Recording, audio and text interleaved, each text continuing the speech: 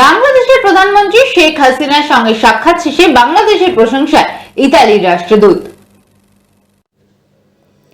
বাংলাদেশের প্রধানমন্ত্রী শেখ হাসিনা বলেছেন, জামায়াত শিবির ও বিএনপি তাদের সন্ত্রাসী রাজত্ব কায়েমের জন্য সরকারি চাকরিতে কোটা সংস্কারের দাবিতে আন্দোলনরত শিক্ষার্থীদের ঢাল হিসেবে ব্যবহার করেছে।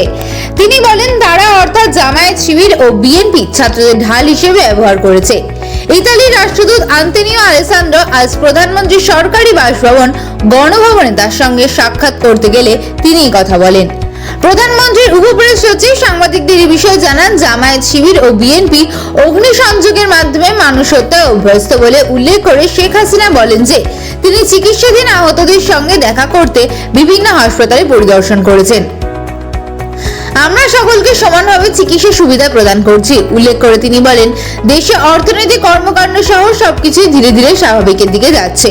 যেহেতু পুরো দেশ ডিজিটালাইজেশনের আওতায় এসেছে, এক্সপ্রেসওয়ে এবং মেট্রো রেলের ভাঙচুর করা টোল প্লাজার পরিষেবাগুলি তাই পুনরায় চালু হতে কিছুটা সময় লাগছে।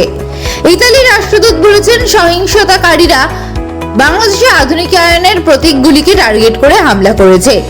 জনগণের সম্পদ ধ্বংস ও জীবনহানির ঘটনায় দুঃখ প্রকাশ করেছেন তিনি।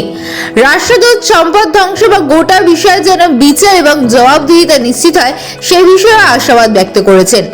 রাষ্ট্রদূত হোলি আর্টিজানে হামলার পর সন্ত্রাসবাদ দমনে বাংলাদেশের পদক্ষেপ এবং সাফল্যের জন্য বাংলাদেশের প্রশংসা করে বলেন, সাম্প্রতিক এই ঘটনার ন্যায় বিচার প্রতিষ্ঠার মাধ্যমে সরকারের সন্ত্রাস দমন কার্যক্রম এগিয়ে যাবে। সাম্প্রতিক সহিংসতা প্রধানমন্ত্রী যেভাবে সামাল দিয়েছেন ইতালির রাষ্ট্রদূত তারও প্রশংসা করেছেন।